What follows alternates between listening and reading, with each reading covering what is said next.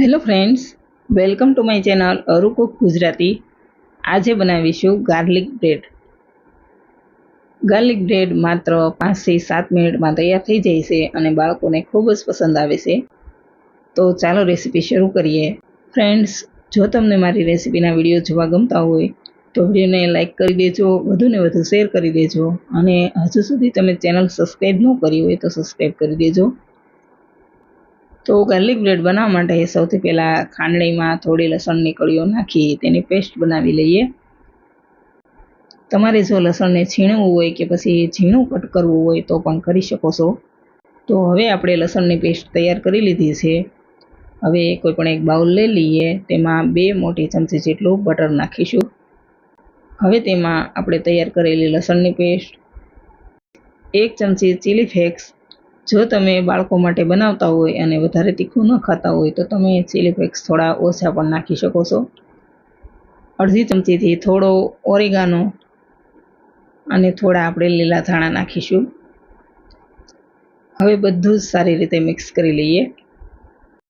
બટરની અંદર મીઠું હોય છે એટલે મેં અહીં મીઠાનો બિલકુલ ઉપયોગ નથી કર્યો. તમારે જો મીઠું નાખવું હોય તો તમારા ટેસ્ટ પ્રમાણે નાખી શકો છો. ગાર્લિક બ્રેડ બનાવવામાં એકદમ સરળ છે અને ટેસ્ટમાં ખૂબ જ સારી લાગે છે, એટલે બાળકોને ખૂબ જ પસંદ આવે છે.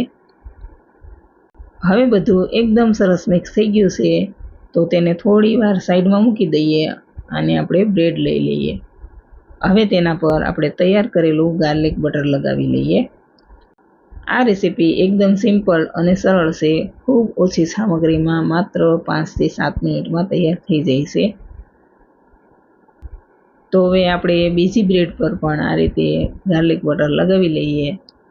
હવે બંને બ્રેડ રેડી છે તો તેના ઉપર ચીઝ નાખીશું. તમારે જો મોઝરેલા ચીઝ નાખવું હોય તો તમે તે પણ નાખી શકો છો. તો હવે આ રીતે એકદમ સરસ બ્રેડ પર ચીઝ પાથરી લીધું છે. હવે તેના પર થોડા ચીલી ફ્લેક્સ નાખીશું. બહુ ઓછા નાખવાના છે, વધારે નથી નાખવાના. જો વધારે નાખીશું તો તીખું થઈ જશે. હવે તેના પર થોડા લીલા ધાણા નાખીશું એટલે તેનાથી જોવામાં એકદમ સરસ લાગે. જો જોવામાં સારું લાગે તો જ ખાવાની મજા આવે. તો હવે બ્રેડ એકદમ રેડી છે તો સ્લો ફ્લેમ પર પેન ગરમ કરવા મૂકીશું.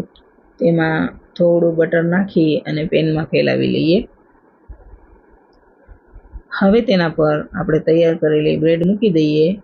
તો આ રીતે બંને બ્રેડ તવા પર મૂકી તેમાં હજુ થોડું બટર નાખીશું એટલે બ્રેડ દાઝે નહીં.